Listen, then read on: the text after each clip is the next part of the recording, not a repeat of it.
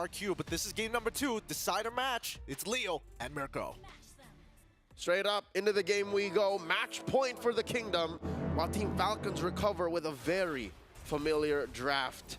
If you watched MPL Philippines long enough, you'll know that this team has been together for what? Almost 3 years? They've been drafting this way for 2.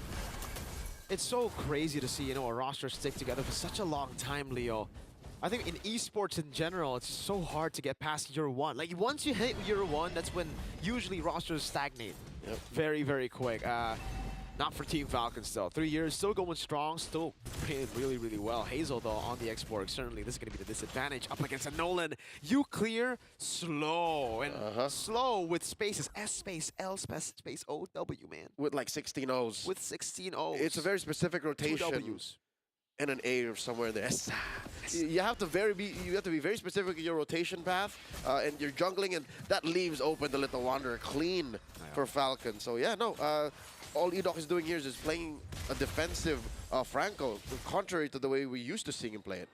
Very, very different to the early aggression 9-minute games we've been seeing from the Franco of Edoc. And I think even for Hazel, you can see the path thing.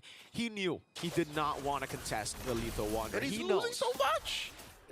This is, I think, to be expected when you go for the Xborg against the Nolan. And I think, again, that's why credit to Team Falcons for going for the Nolan. Good take there still for Kyle, securing it. But yeah, good pick for Team Falcons. They notice it's an Xborg in the jungle. Instead of the Alpha, let's bully him even more when it comes to clearing. Yep, and it's the right kind of hero you needed. If it was the Alpha, damage profile wouldn't be there. Not enough burst, not enough activatable finishers. This is right. Nolan Granger is the right combo for Team Falcons. What we call running gun back at home. Turtle already spawned. Burst and Hazel. Dyron not even level 4. Does look like for Flap, he will be hitting level 4 now. It's going to be Thunder with the Iron Hook as well. Landing on the Kaltizi, and that's the burn down. Retry win for Hazel. No, it's Dyron who takes it. Still the bad impact locking few down. How have they done this? Falcons are the ones running away with the guy. They win coming down. Flapteezy is able to escape for a bit. Rins has the flicker. Does he want to go for it? Bit too risky, but they won the early game. You want to know how, Mirko? You want to know how? Edo hooked Kyle Teasy. That compromised the position of the Nolan, hence why he couldn't retry anymore. And it's all set up by a level 3 Dyron. That's why he didn't rotate, didn't need to. All he needed was level 3. Just a bonk. Getting the stun, getting that combo as Edoc locked in the hook. It's a dirty combo. Wow. Again, these two heavy line frontliners that led to the steal. As if stunning Kyle Teasy was enough to assist in the hook. Oof. He stole it too. And now suddenly RRQ can put their pedal to the metal and start going for the offense. Oh man. You can see this matchup too, the Phobius really stopped down by Hylos. Dyron doing a stellar job up top. Edoc rotating forward, flickering forward with the play of the hunt. Now Zaman Force coming down as well. Super Marco's gonna be taken down, traded in for Edoc. Toy, can he survive? Dragged back by the Shadow Stampede.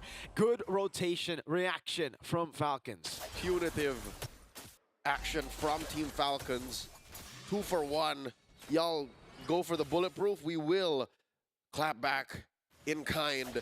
And now we're waiting for how Team Falcons repair the situation up top. You mentioned how Flapteezy isn't exactly having the best time against Dyron. And now he sees Dyron's a little forward. Do I know what's up? He does see 2 of them. Sanguine Claw to Flapteezy, no flicker. He is done up top. Rins gets given the kill there as Hazel looks for the invade over to Kyle Teasy. Will be able to put down the pressure. And that's another whole wave Flapteezy will be missing out on.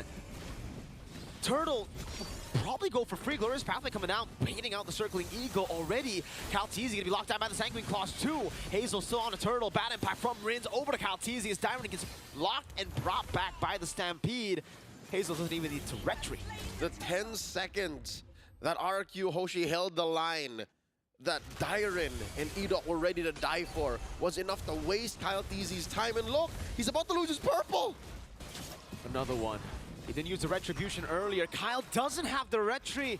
And the advantage that we would expect Kyle Teasy to have on the Nolan, the clear speed, has been neutralized through the fast rotations, through that CC lock. Wow. We knew that on a mechanical level, logic-wise, the Hylos was going to do work. no matter which assassin you put in front of this mythical centaur, they would have a hard time, but not like this. Not with how easy Dyron is making it look. Not 2,000 gold ahead, 5 minutes in. Look how easy he can't even walk through his own jungle. And an Iron Hook lands with the Bloody Hunt. The Netherrealm comes in clutch, but still Ogwen, even with the Flicker, won't be able to survive. He might have just banned a few in to give Toy a double in the mid lane. It just went from bad to worse as Marco can only hide behind tier 2, while 5 members of RRQ Hoshi barrel forward. Tier 1 in mid goes. How have RRQ done this? I'll tell you, through Dyren confirming stuns, through Edok playing with range, and for Hazel to just make the right calls. Hazel, again, he's playing a hero that we haven't seen in a while in the jungle. He's picking his fights, man. He's picking his spots. And a hero doesn't have to be perfect to perform, but it has to be perfect for the situation. You're saying all this, Leo, as if, again, they didn't just swap their members. Edok going to be able to pop in the win the crown. Toy, Zaman Force coming down, and they're all going to be obliterated by that AoE. Still, Hazel has yet to pop the last Insanity. He's just burning Falcons alive. Ogwen next to the chopping block. There it goes. The last Insanity to blow Ogwen up. Kaltizi walks up for the kill, but Hazel's a bit too tanky. The Falcons walk away with nothing. That fight started when RRQ Hoshi collapsed on a few. Look, fellas, he never even got to use Netherrealm. That's how bad it was. That's how fast RRQ Hoshi can get these fights done. Oh. And Kyle Deasy tried. He really did. But the Kingdom says no. They're approaching a 4,000 gold lead 7 minutes in. Team Falcons, as good as a recovery lineup could get, gets denied just that. Phenomenal stuff from RRQ Hoshi. Absolutely phenomenal. 9-3, 7 minutes in. And Leo, I was about to bring it up. Again, you're talking as if they didn't swap out a player. Because yes, they got the great drafts. They have this crazy synergy. But it's Hazel, not Sutsujin. Yet everything has stayed the same. Maybe even this game a bit more oppressive. Oh yeah, no doubt. I'll tell you now. Hazel is looking motivated. RRQ Hoshi are looking all the more ready to play with a new jungler. And it's a new style. You're right. He's a little loco. The draft is a little loco.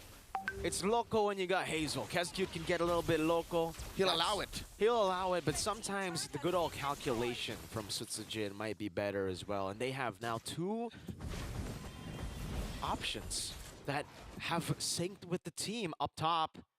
Okay. I'll tell you now, how do you calculate 5,000 gold ahead at 8 minutes? All 3 turtles, 9-3. There's nothing to calculate. You are stomping your way through a mid-game power spike. You can do whatever you want. You would expect this composition, again, to have to wait for the mid-game. Like you said, Hazel on the export, Rins on a Sicilian. These ain't early game picks.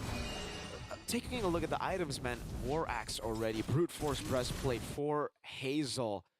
And he's keeping up with the farm of Nolan. Kyle TZ is only ahead by 200 gold. But Mirko, get this, that's the only thing Kyle TZ's doing. He's literally just farming. Yeah. He couldn't even touch the turtle earlier. He tried, but, you know, came about this close. I'm holding my hand like 6 inches apart, but it's not close at all.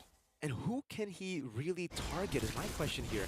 Rins, that's it, right? Because even Toy, he has ways to deal with the Nolan. Yeah. Heck, I would say Toy would do better against the Nolan on the Harith. That's right. And now, Team Falcons can't even think of contesting the Lord. Wow. They push back any level of resistance. Ogwen had to dash out of there. Kyle is thankfully can touch his orange, at least. That's a 9-minute holy crystal for Toy.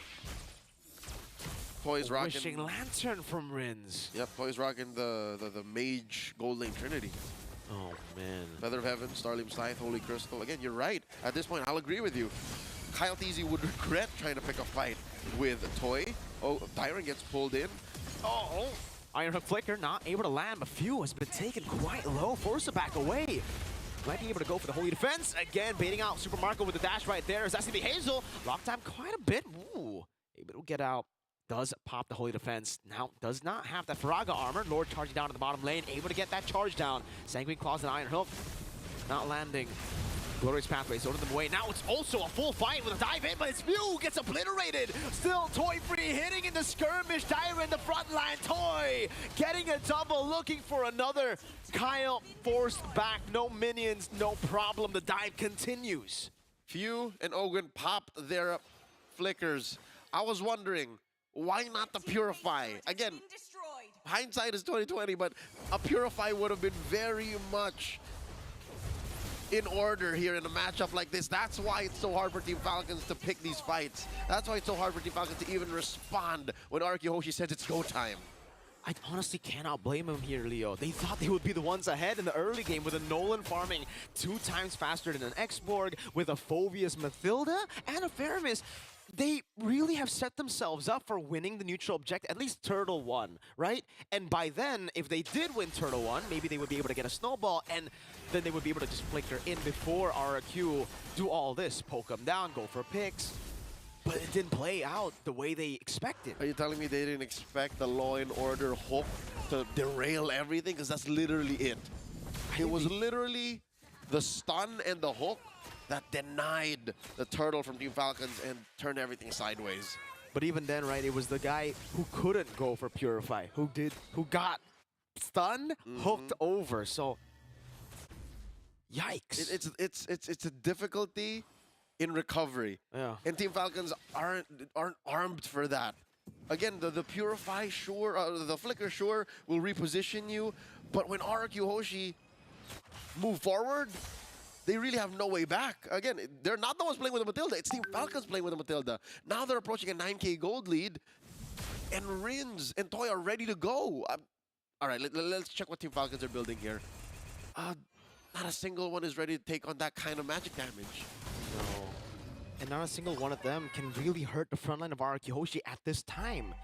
RRQ have built themselves up so well, these frontliners, to Hazel. What is he sitting on now? Immortality. Oh, make that 3 now health bars that you're going to have to deal with against Hazel. And he already has a Dreadnought armor. What happened to Kaltizi? That's going to be a kill back. Edoff finally taken down. Super Marco picks up the kill. Finds the Melfic Roar, Sanguine Claws landing. Ogwen with a flicker around, Glorious Pathway, and a flicker forward from Rins. This is a 2v4, and they're taking it. Rins gonna be jumped on now, but Toy in the back line is dismantling everyone. Ogwen now still up there, triple kill taken out. Super Marco falling under that base turret too. And now Few has to do damage control. Gotta clean up the Falcons' nest because there's waves crashing through, a base left standing, and 2 members of the Kingdom knocking on your door, plus a Lord.